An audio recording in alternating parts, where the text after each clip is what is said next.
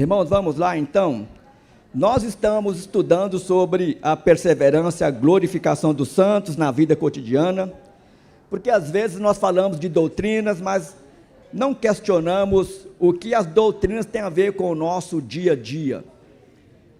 Vamos lá, irmãos? A doutrina da perseverança, a doutrina da glorificação, a doutrina da santificação, ou qualquer outra doutrina, elas necessitam uma boa compreensão teológica, mas também necessitam de uma boa compreensão prática no nosso dia a dia, porque de repente nós ficamos somente com informações na mente e não trazemos as informações teológicas para o coração, porque é no coração que Deus trabalha a sua palavra, para que nós possamos ter uma boa compreensão da mesma e assim torná-la prática no nosso dia a dia.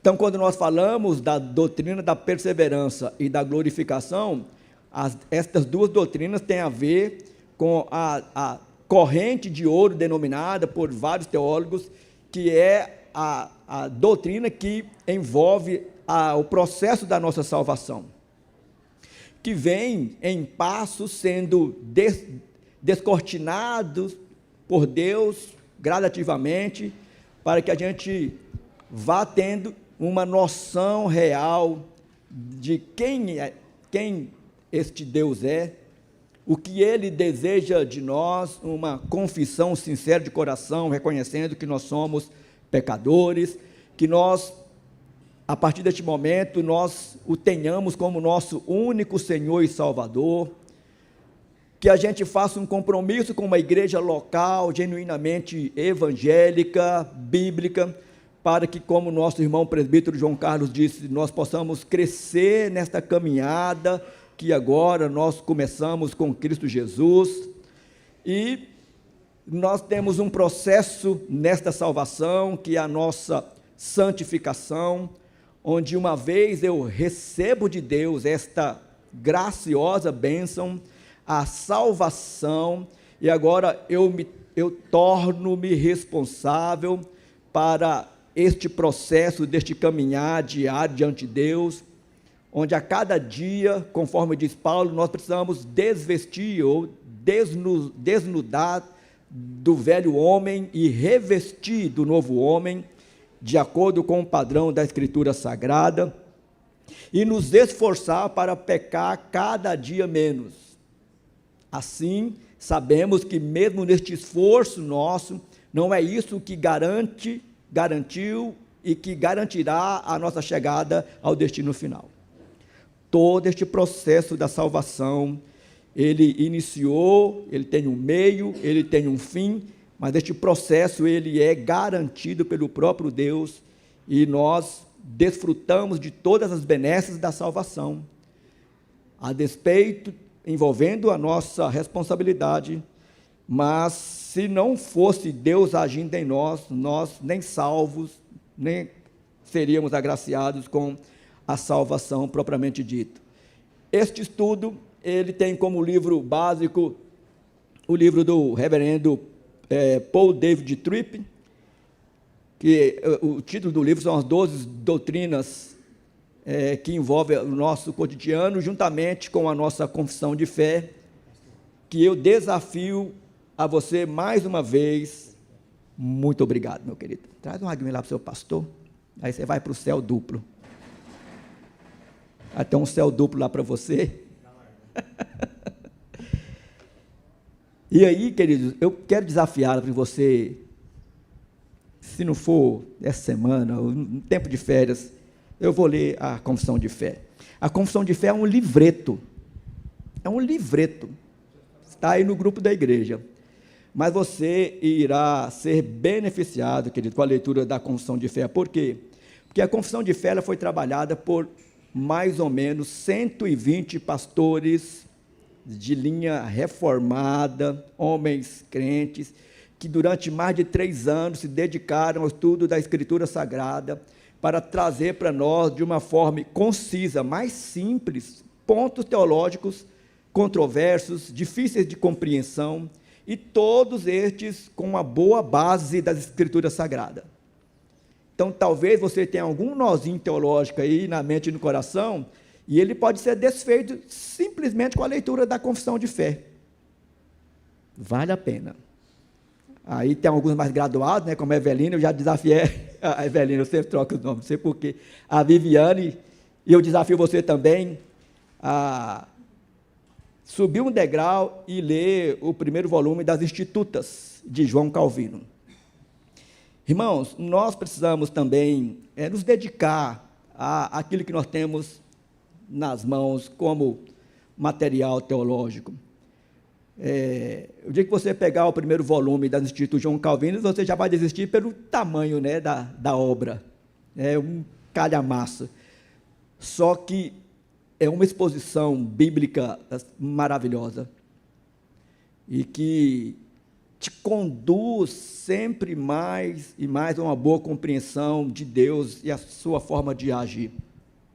E, obviamente, que nós não indicamos nenhum material teológico abrindo mão das Escrituras. A Bíblia Sagrada, ela é essencial para a sua caminhada. Eu daqui a 18 dias, eu vou encerrar mais um ciclo da minha leitura bíblica anual. Eu faço isso anualmente. Então, vou encerrar daqui 18 dias e começo outro ciclo, que vai encerrar lá no mês de junho, provavelmente também. E todas as vezes que você começa a ler a Escritura, meus irmãos, você passa por textos que você já leu aquele texto tantas vezes, e às vezes você nem compreendeu o texto, mas com a leitura repetitiva, já com a boa bagagem de conhecimento teológico que você tem, a ação de Deus no seu coração, você fica maravilhado diante de textos que você passou em algumas leituras, e pergunta, como que eu não vi isso aqui anteriormente? Porque Deus fala conosco por meio das Escrituras. Neste estudo, nós iremos apresentá-los diante de 7 palavras, que eu já apresentei 2 delas, relembrando, queridos, que quando nós estudamos Deus, como diz João Calvino no resumo do seu primeiro volume das Institutas Sagradas, é o seguinte: quanto mais você conhecer a Deus, mais você conhece a si mesmo. E conhecer a Deus é algo tão extraordinário, isso se torna, eu vou usar a palavra do reverendo Giovanni aqui ontem, né, o combustível para a nossa jornada, a motivação real. O que me motiva nesta jornada diária, de fazer parte do povo de Deus, de congregar em uma igreja local, de servir a Deus com os dons e talentos, e servir os irmãos, enfim, tudo aquilo que nós fazemos, nós precisamos ter algo que nos motiva diariamente. E quando você começa a compreender de forma clara o que Deus fez por você, o que te aguarda no tempo futuro, a forma como Ele age agora, está agindo no seu coração, te suprindo todas as suas necessidades, isso é um fator motivador para nós caminharmos. E, automaticamente, esta motivação, ela tem que nos levar a um compromisso. Este compromisso é aquela ideia de que eu preciso entender, queridos, que aquilo que me motiva tem que se tornar um compromisso, um pacto feito por mim, com Deus. Deus tem a sua aliança conosco, e um dos ministros, se não fala a memória, não sei de qual parte, muitos anos atrás, Rogério Magri, se não fala a memória, o nome dele, ele fala que este compromisso tem que ser inquebrável, né? É inquebrável este pacto de Deus conosco. Deus não quebra o seu pacto conosco. Só que a aliança que nós fazemos com Deus, nós quebramos esta aliança com Deus. Por isso que este compromisso ele tem que ser renovado todos os dias. Todos os dias. E uma das formas que nós vimos, apresentado pelo Salmo 119, guardo a tua palavra no meu coração para não pecar contra ti. Então percebam que nesta caminhada nós somos agraciados com Deus, vivemos em um mundo caído, e eu quero lembrá-los de que no tempo passado, o autor do Salmo 73, Asaf, ele olhando para a sociedade, ele diz que ele quase caiu, ele quase desviou, porque ele começou a desejar a viver como os ímpios viviam. Porque na leitura de Asaf, na cosmovisão dele naquele momento, é que com estes, tudo era bem. Tinham dinheiro, tinham posses, parece que nada faltava para aquelas pessoas. E aí ele diz assim, até no momento que eu entrei e me acheguei diante do Senhor e vi qual seria o fim dos ímpios. Nós somos tentados também. Este mundo, ele tem propostas que são colocadas na mesa, nas nossas mesas, diante dos nossos olhos, diariamente, e que elas nos tentam. Mas nós precisamos vencê-las e podemos vencê-las na graça do Senhor. E aí nós vimos que nós temos dois compromissos que nós não podemos abrir mão, que é o compromisso com as Escrituras Sagradas. Leia a Escritura Sagrada, queridos, é algo que você e eu não podemos abrir mão, e uma vida de oração. Estava conversando com o Walter ontem aqui, meu conterrâneo, né, lá da melhor cidade do estado de Goiás, chamada Porangatu, né, Vitor? Cidade maravilhosa. Gabi disse que lá só tem bicicleta e capivara, a Gabriela fala. Mas o Walter, eu converso, e o Walter falando, do nada começamos a falar sobre oração. E este compromisso com a oração, quer dizer, é importante na nossa caminhada diária. A mesma forma como que eu tenho que ter um momento de leitura devocional da Escritura, este momento devocional da Escritura tem que me conduzir à oração. E como é que isso é feito? Isso é feito gradativamente. Você vai, a cada dia, aumentando as páginas da leitura da Escritura e o seu tempo de oração. Porque a Escritura provoca-nos a orar por nós mesmos, pelo sistema do mundo em que nós estamos inseridos, que nós não somos alienígenas, e nem vivemos de forma alienada, pela igreja que nós fazemos parte, eu falo igreja como corpo de Cristo, por tudo aquilo que nos envolve, nossos familiares, enfim. Então, isso é importante para a nossa caminhada. Isso nos conduz a um terceiro passo, que há uma esperança neste mundo caído. E essa esperança, ela está disponível a nós, na nossa caminhada cristã. Isabel está passando por um momento difícil. A mãe da Isabel estava vindo na semana passada, foi retida no aeroporto quando já estava dentro do avião com a bagagem despachada. Pergunta qual motivo, ninguém sabe. Houve um overbook e ela então foi impedida de vir. O Cássio doente, Davi doente, Isabela doente, enfim, luta. Mas a esperança está presente. Entende isso? 1 de Pedro diz que e o Deus de toda graça, que em Cristo nos chamou à sua eterna glória, depois de vocês terem sofrido por um pouco, Ele mesmo irá, vamos ler? Aperfeiçoar, firmar, fortificar e fundamentar vocês. Eu disse agora há pouco para vocês que este Deus não abre mão de nós, queridos, a despeito de nós. A gente não tem a medida exata do amor de Deus para conosco, do cuidado dele para conosco, da forma como ele planejou a nossa vida. Nós não temos, nós temos uma pequena porção, uma pequena medida, e é por isso que, vez ou outra, nós ficamos indignados com Deus, achamos que Deus está errado e nós estamos certos, achamos que o projeto de Deus para nós está equivocado, mas o nosso projeto está correto, achamos que Deus está equivocado em nos suprir de alguma coisa, de algumas coisas que nós nem queremos, que o que nós queremos Deus não nos dá, e achamos que Deus está equivocado neste processo. Pedro vincula a esperança a um Deus que está trabalhando. Nós estamos em obras. Iremos começar a obra do nosso novo prédio ali na rua 14. É isso que Deus está fazendo em nós. para começarmos a obra lá, nós tivemos que limpar toda a área. Deus fez isso conosco. Entrou e limpou o nosso coração de todos os nossos pecados. Deus precisou fazer algumas perfurações para fincar estacas no nosso coração. É dessa forma que Deus trabalha conosco. E quando nós vamos ilustrando isto, pode ser por uma construção ou qualquer outra coisa, uma lavoura sendo plantada, né, Ronald? Ronald está sendo um grande latifundiário lá no Pará. Né, Ronald? E Deus vai abençoar e vai comprar o Pará todo daqui a uns dias. Então, o sofrimento não é a última palavra. Nunca será.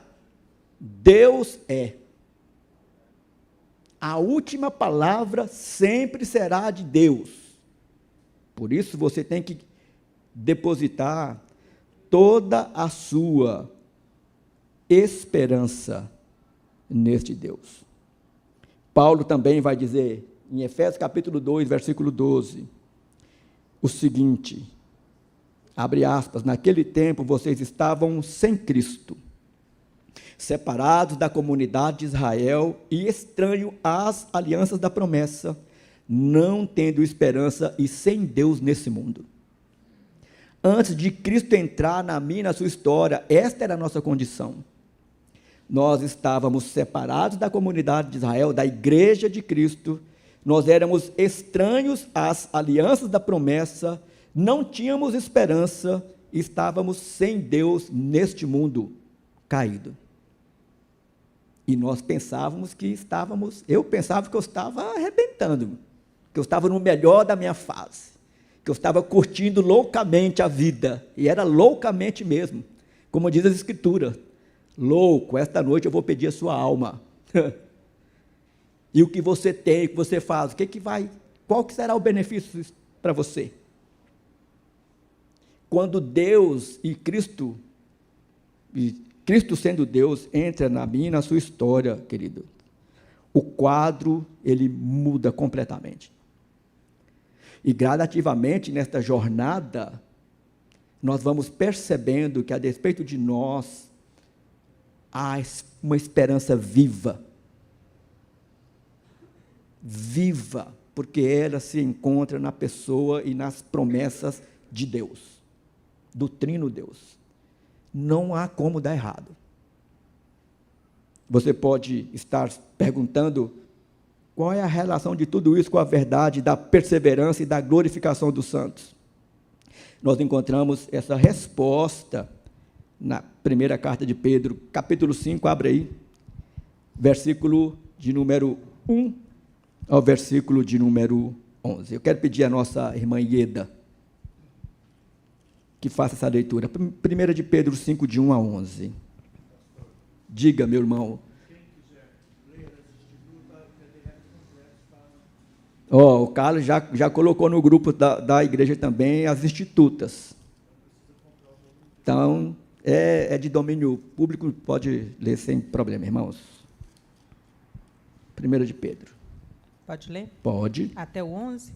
De 1 a 11. Aos presbíteros que há entre vocês, eu, presbítero como eles, testemunha dos sofrimentos de Cristo e ainda comparticipante da glória que há de ser revelada, peço que pastoreiem o rebanho de Deus que há entre vocês, não por obrigação, mas espontaneamente, como Deus quer, não por ganância, mas de boa vontade, não como dominadores dos que lhes foram confiados, mas sendo exemplos para o rebanho. E quanto o Supremo Pastor se manifestar, vocês receberão a coroa da glória, que nunca perde o seu brilho. Peço igualmente aos jovens, estejam sujeitos aos que são mais velhos, que todos se revistam de humildade no trato de uns com os outros, porque Deus resiste aos soberbos, mas dá graça aos humildes. Portanto, humilhem-se debaixo da poderosa mão de Deus, para que Ele, em tempo oportuno, os exalte. Lancem sobre Ele todas as suas ansiedades, porque Ele cuida de vocês. Sejam sóbrios, vigilantes. O inimigo de vocês, o diabo, anda em derredor como leão que ruge procurando alguém para devorar. Resistem-lhes firme na fé, certo de que os irmãos de vocês, espalhados pelo mundo, estão passando por todo sofrimento iguais aos de vocês. E o Deus de toda a graça, que em Cristo os chamou à sua eterna glória, depois de vocês terem sofrido por um pouco, Ele mesmo irá aperfeiçoar, firmar, fortificar e fundamentar vocês. E a Ele seja o domínio para sempre. Amém. O que é que isso tem a ver com a perseverança dos santos e com a nossa glorificação? Pedro diz, vocês vivem num mundo caído, onde vocês são cercados por todo tipo de coisas ruins. As coisas estão acontecendo, boas e ruins, à volta de vocês. Dentro do coração de vocês trava-se uma batalha. E dois termos se destacam neste bloco aqui. O primeiro termo, do versículo 1 ao 6, é esperem. Esperem até a manifestação final daquele que virá nos buscar. E do versículo 7 ao 14, o outro termo é dependência. Nós precisamos aprender a depender deste Deus que é maravilhoso e que está conosco nesta jornada. Queridos, se Deus não estivesse conosco nesta jornada, todos nós já passamos por dificuldades terríveis. Sem esta assistência diária de Cristo em nós já teríamos desistido há muito tempo. Porque mesmo tendo essa convicção, às vezes nós perguntamos, será que vale a pena sofrer tanto? Ou por que Deus, uma amiga do Rafa, jovem, da mesma idade dele, 25 anos, há dias atrás, ela foi ao médico, estava com um nódulo na tireoide, e já de primeira mão o médico já disse, olha, isso aí tem uma grande probabilidade de ser maligno. E essa menina esteve na igreja uma vez, o Rafael trouxe ela, e ela vai à igreja dela, que ela professa a fé dela, a igreja católica, mas quando ela recebeu esta notícia, ela ligou para o Rafael e falou, Rafael ir lá na casa dela, e o Rafael voltou, pai, eu estou até desorientado. O que foi? A Lara me fez um monte de perguntas, e tipo, por que Deus permite que a gente enfrente um câncer? Por que disso? Por que daquilo? Deus é mau, Deus não ama. E aí o Rafael, eu vou marcar uma visita para você falar com meu pai. Queridos, nós enfrentamos isso todos os dias. Só que às vezes é dentro da nossa própria casa. E às vezes é conosco mesmo. Essa é a vida ela é assim. Não é essa vidinha aí que às vezes se anuncia aí pela mídia. Eu acho interessante algumas cenas, né? Dia dos Namorados, Instagram bomba. O amor está no ar, coisa mais linda do mundo. Você é o ar que eu respiro, sem você eu não vivo, sabe? Essas coisas assim, dos apaixonados, isso é muito bom. Mas eu falei para a Cristina, falei, amor, a vida do Instagram, ela podia ser sempre assim, né? É? Não é? Mas quando o combustível acaba, como nós ouvimos ontem, ou quando somente algo começa a dar errado, as coisas já começam a dar problema. Então, Pedro, ele vai vincular essa esperança que nós acabamos de ler aqui no texto, a um Deus que está trabalhando, e Ele é que vai completar a sua obra em nós. O sofrimento, eu disse, não é a última palavra, Deus é. Cristo em vocês, vamos lá em Colossenses, Paulo vai dizer também, Colossenses 1, 27, deixa eu achar o texto aqui, Colossenses, Filipenses 1, 27, o texto vai dizer, A estes Deus quis dar, a este Deus quis dar a conhecer a riqueza da glória deste mistério entre os gentios, que é Cristo entre vocês, a esperança da glória. Toda a nossa esperança necessita estar enraizada em Jesus Cristo. Se nós depositarmos a nossa esperança em qualquer outra fonte, nós nos daremos muito mal. E isso, quando você deposita esta esperança na fonte correta, isso traz a nós confiança. A confiança de que aquilo que Deus promete, Ele está cumprindo. A confiança de que quando qualquer coisa adversa aconteça comigo, ou com alguém que eu amo, ou com alguém da minha família, ou com colegas, enfim, situações adversas, não significa que Deus abriu mão de nós, que Deus não nos ama, que Deus se esqueceu de nós, que Deus não está caminhando conosco. Em muitas, eu creio que na totalidade, todas as provações que nós já passamos, todas as situações adversas, Deus está provando o nosso coração, provando a nossa fé e burilando ela, aperfeiçoando a nossa fé. Nós precisamos deste trabalho de Deus em nós. Nós saímos de uma condição de barro bruto para as mãos do oleiro que nos molda diariamente. Nós precisamos deste trabalho de Deus em nós. Nós carecemos desesperadamente desta relação de Deus conosco, nos moldando e nos colocando no ponto exato que Ele deseja a cada dia, para que, por meio da sua obra gloriosa, nós alcançaremos a perfeição. Isso é grandioso demais para nós. É muito grandioso. Por isso eu preciso entender que diz o salmista no versículo 18, Salmos 118, versículo 8, 9, que melhor é buscar, vamos ler? Melhor é buscar refúgio no Senhor do que confiar nos seres humanos. Melhor é buscar refúgio no Senhor do que confiar em príncipes. Melhor é buscar refúgio no Senhor do que em qualquer outra fonte que não seja Ele. Mas não é assim que eu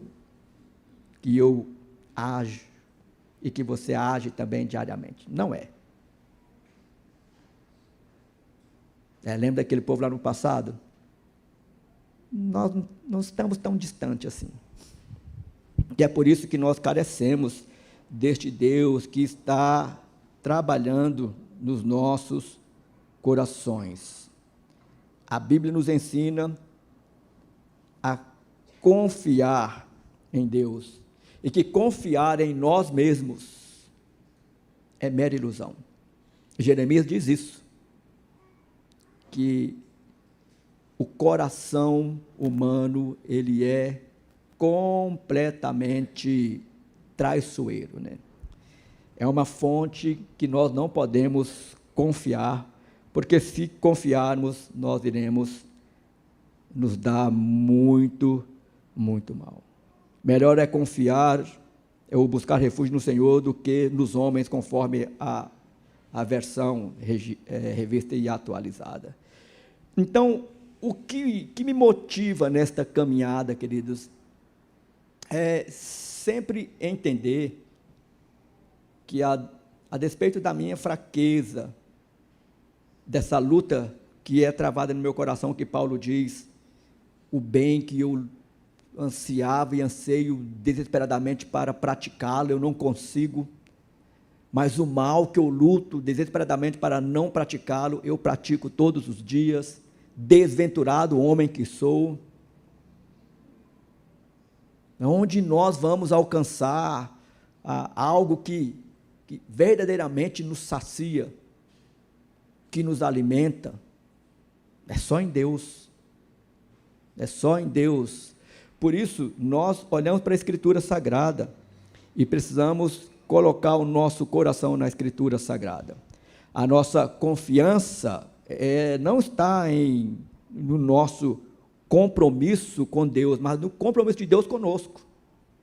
Se nós colocarmos a nossa confiança no nosso compromisso com Deus, não vai dar certo. Nós temos que inverter, colocar nossa confiança no compromisso que Deus tem conosco.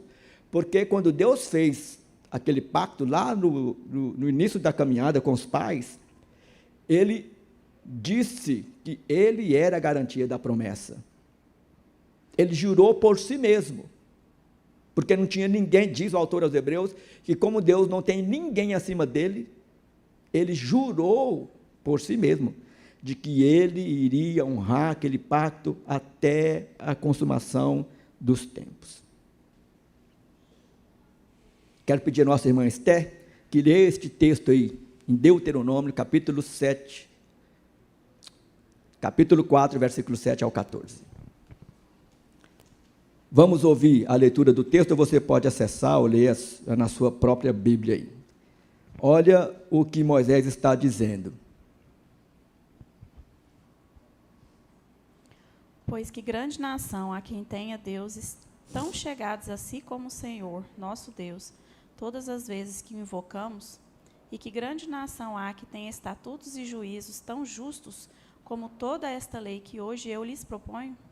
Então, somente tenham cuidado e guardem bem a sua alma, para que vocês não se esqueçam daquelas coisas que os seus olhos têm visto, e elas não se afastem do seu coração todos os dias da sua vida. Vocês também contarão isso a seus filhos e aos filhos dos seus filhos. Não se esqueçam do dia em que vocês estiveram diante do Senhor, seu Deus, em Horebe, quando o Senhor me disse: reúna este povo, e os farei ouvir as minhas palavras, a fim de que aprendam a temer-me durante todos os dias, e que viverem na terra, e também as ensinem aos seus filhos. Então, vocês chegaram e ficaram ao pé do monte, e o monte estava em chamas que subiu até o céu, e havia trevas, nuvens e escuridão. Até o 14. Então o Senhor falou a vocês no meio do fogo, e vocês ouviram o som das palavras dele. Vocês ouviram a voz, mas não viram aparência nenhuma, só escutaram a voz. Então ele anunciou a sua aliança, que ordenou a vocês os 10 mandamentos e os escreveu em 2 tábuas de pedra. Ao mesmo tempo, o Senhor ordenou que eu ensinasse a vocês estatutos e juízos para que os cumprissem na terra que passarão a possuir. Muito obrigado. Pois que grande nação há que tenha deuses tão chegados assim como o Senhor, nosso Deus, todas as vezes que o invocamos. E que grande nação há que tenha estatutos e juízos tão justos como toda esta lei que hoje lhes proponho. Em outras palavras, qual é a outra nação, qual é o outro reino que tem um Deus como o nosso Deus? E se você for olhar os deuses daquela região, para onde Deus estava conduzindo o povo, a terra de Canaã, ali tinha vários deuses. Dentre Baal, Astarote. Mas nenhum deles, porque deuses não são, pode ser comparado com o nosso Deus. E durante toda esta jornada, dos 40 anos, depois dos séculos que vieram, processo com os juízes, depois os reis, todos os séculos que passaram, este povo sempre em rebeldia, em murmúrio, em distância de Deus, e Deus sempre chamando eles para Ele. Você vai ler a história da Escritura e você vai perceber, queridos, o quão bondoso este Deus é. E é por isso que esta confiança no nosso coração, ela necessita ser aquecida diariamente. Diga. Uma das partes mais interessantes que eu acho, o quanto Deus protege, é o caso do Balaão. Quantas vezes ele foi requisitado para amaldiçoar o povo, quando chegava lá diante da nação, Deus impedia ele de falar, aí falava para o rei, não, faz isto. Mudava de lugar, a hora que ia amaldiçoar a nação, novamente Deus impedia ele de amaldiçoar. Então Deus não permitisse que a maldição fosse jogada sobre o povo. Essa história de Balaão é totalmente diferente de todas as histórias demonstradas da proteção de Deus para conosco. Sim, mas nós não podemos esquecer da armadilha que Balaão armou para o próprio povo de Deus. Porque como Deus impediu a ele de amaldiçoar o seu povo, Balaão, então, coluiu com o rei, vamos fazer o seguinte, vamos fazer uma grande festa, essa festança assim, que tudo é permitido, e vamos chamar o povo de Israel para festejar conosco. Aí, goró liberado, promiscuidade liberada, tudo liberado. Um carnaval. E aí, meu amigo, o povo de Deus caiu para dentro do arraial e o estrago foi feio. E Deus, então, mais uma vez, com ira justa, ele chama a Moisés e começa a exterminar o povo. E chegou ao cúmulo, queridos, de um israelita estar na tenda, no meio do arraial do povo de Deus, tendo relação com uma mulher que adorava falsos deuses, e Finéias pegou uma lança e atravessa os dois, e por isso a ira de Deus foi cessada, pela fidelidade de Finéias, e não permitir que o pecado reinasse no meio do povo de Deus.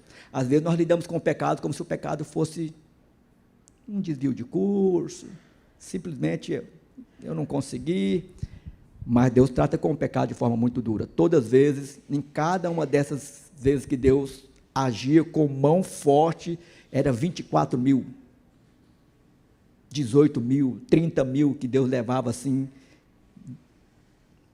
eram consumidos, queimados vivos, a terra engolia, enfim. Deus, de uma forma e outra, ele sempre trazia com mão muito dura, uma disciplina dura sobre o seu próprio povo, para que o povo pudesse banir esse tipo de atitude do coração e do meio do povo. Porque se Deus não agisse dessa forma, aquele povo ia ser tragado pela incredulidade e que conduziu eles à idolatria, e toda a história, o povo vai para o cativeiro por causa da idolatria. Assírio, cativeiro babilônico, por causa da idolatria. Quando Isaías começa os seus textos, capítulo 1, Isaías já, da parte de Deus, já traz um recado muito duro ao povo de Deus, do Reino do Sul, já falando sobre a idolatria. E Deus chamando aquele povo, venha e vamos colocar as cartas sobre a mesa. Vamos jogar limpo um com o outro. E Deus pergunta, qual foi o mal que eu fiz para vocês? Onde foi que eu falei com vocês que vocês estão buscando outros deuses para adorar? Que eu, Deus, não aceito um culto contaminado. Não é esse que Deus diz isso? Isaías capítulo 1, capítulo 2. Eu não recebo um culto onde o coração está contaminado. Um culto ou uma adoração manca. Não ouço as vossas orações. Não recebo a adoração de vocês. A oração de vocês provoca o meu ouvido. E é este cuidado que nós temos que ter nesta caminhada diária. Porque eu falo de mim, queridos. Eu já dei muito trabalho para a Cristina, mas para Deus eu creio que já dei muito mais. Não, uma vez ou outra que eu fico constrangido e envergonhado com Deus por pensamentos estranhos passam no meu coração e na minha mente. E no seu também. Desejos estranhos. Nenhum de nós estamos imunes a isso, não. Entende? Só que nós temos que encarar isso com muita realidade e muita claridade. de que as tentações que chegam a mim, a você, nós não podemos dar vazão a ela. Nós temos que resistir às tentações até o sangue. E essa não é uma luta que nós venceríamos sem Deus, não é. Então eu peço para você nesta manhã, depois no outro domingo eu vou continuar a lição, que vocês não abram mão de Deus. Porque é óbvio que Ele não vai abrir mão de vocês.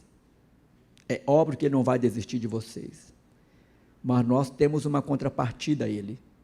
Nós precisamos honrá-lo, precisamos de fidelidade a Ele, precisamos de cumprir nossos compromissos com Ele, de honrarmos os nossos juramentos que fizemos a Ele.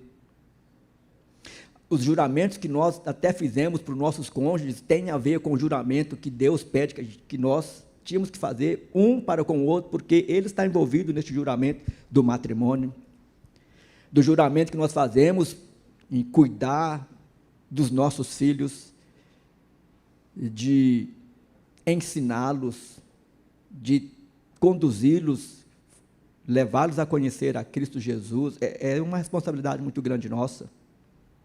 E nós não conseguimos isso sem Ele. Se nós formos trilhar esse caminho sem Deus, queridos, nós estamos nos iludindo. A nós mesmos, porque nós não conseguimos iludir. Então, não existe vida cristã sem igreja. Eu tive uma conversa com a minha irmã mais nova. Eu não fui à igreja por causa ou por meio dela, eu fui à igreja por causa de Cristo. Mas, obviamente, que eu fui à igreja onde ela congregava, a Igreja Presbiteriana do Jardim América. E hoje ela está, há muitos anos já, desigrejada. E a última conversa que eu tive com ela, recente, ela disse para mim que ela não precisava de igreja para sustentar a sua fé. Eu disse para ela que a fé dela é manca. Não tem como você sustentar uma fé em Cristo se você não faz parte de uma igreja. Não existe isso, queridos. E a igreja é isso, formada por mim, por você, gente pecadora, gente que desentende, que ama, mas que nós somos chamados a amar uns aos outros, mas às vezes nós nos amassamos, amassamos um ao outro em vez de amar. Mas é aqui que nós aprendemos. É aqui que você vai aprender a pedir perdão, não só para Deus, mas você vai aprender a pedir perdão em circunstâncias que você jamais pensaria que você iria pedir. E é isso que você precisa entender. Se nós não depositarmos a nossa confiança em Deus, nós nos daremos mal. Se você depositar toda a sua confiança nesse que agiu no passado, age no presente, agirá no futuro, com certeza você chegará bem ao destino que Ele traçou para você, o destino final. E só cabe a Ele. O dia, a hora, o momento, a forma, que um dia nós iremos passar. Eu confesso que teve um tempo que eu tinha medo da morte. Eu pensava de morrer. Que a primeira coisa que vem quando a morte vem, pensamento de morte, você pensa, nossa, meus meninos estão tão pequenininhos. Primeira coisa que vem do seu coração. Você nem pensa em você, e vocês que vão ter filhos, vocês vão ter essa experiência. Tão pequenininho, como é que eles vão ficar? Aquela coisa toda, né? Como se eles dependessem de nós. Mas, queridos, os nossos filhos recebem a mesma graça, o mesmo benefício que nós recebemos, porque eles são do Senhor. Eles estão inseridos nessa aliança. Quem que vocês acham que vai cuidar deles? Quem que está cuidando agora? E depois de um certo tempo, quando eu penso na morte hoje, e eu estou mais próximo dela do que antes, né? E eu não sei a forma como isso vai acontecer, mas pelo menos eu espero que Deus seja bondoso comigo, me dê aquela morte em paz, né? Aquela morte tranquila. Mas, queridos, eu vejo isso não mais com medo. Não mais. E eu sei que isso vai ser algo glorioso, por mais que vai doer o coração daqueles que vão ficar, que me amam, como o meu doeu e dói quando as pessoas que nós amamos partimos. Mas a esperança nossa é que nós não vamos morrer, na verdade. Nós não iremos, a morte já foi vencida. Você parar para pensar nisso? Nós temos medo de algo que já foi vencido por Cristo. Quando fecharmos os olhos aqui, imediatamente abriremos os olhos diante dele. Olha que coisa fenomenal. Eu vou aguardar vocês lá, quando vocês chegar.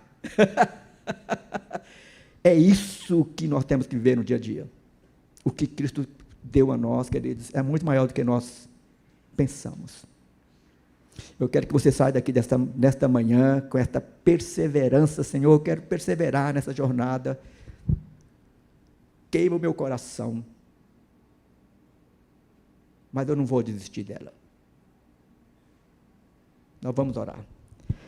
Ó Deus, eu sei que os nossos corações são cercados de várias apreensões, muitas coisas, projetos girando em torno de nós, projetos e sonhos que nos envolvem.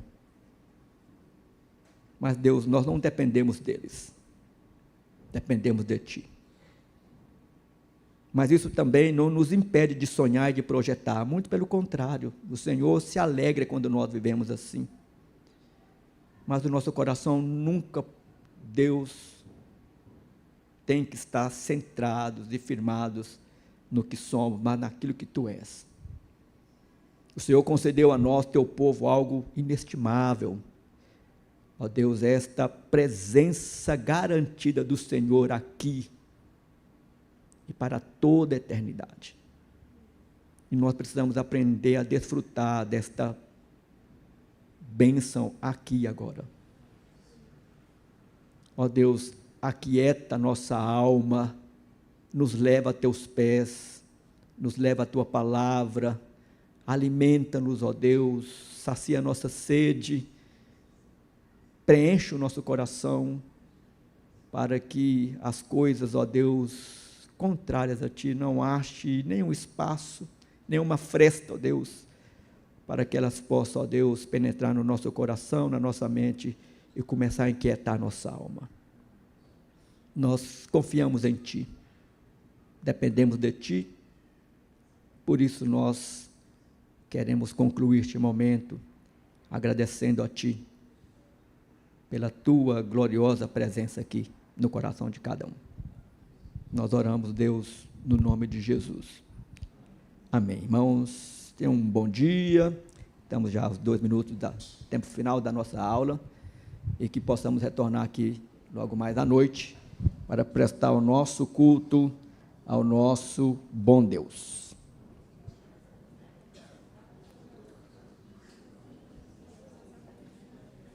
E aí, Claudinho, meu irmão?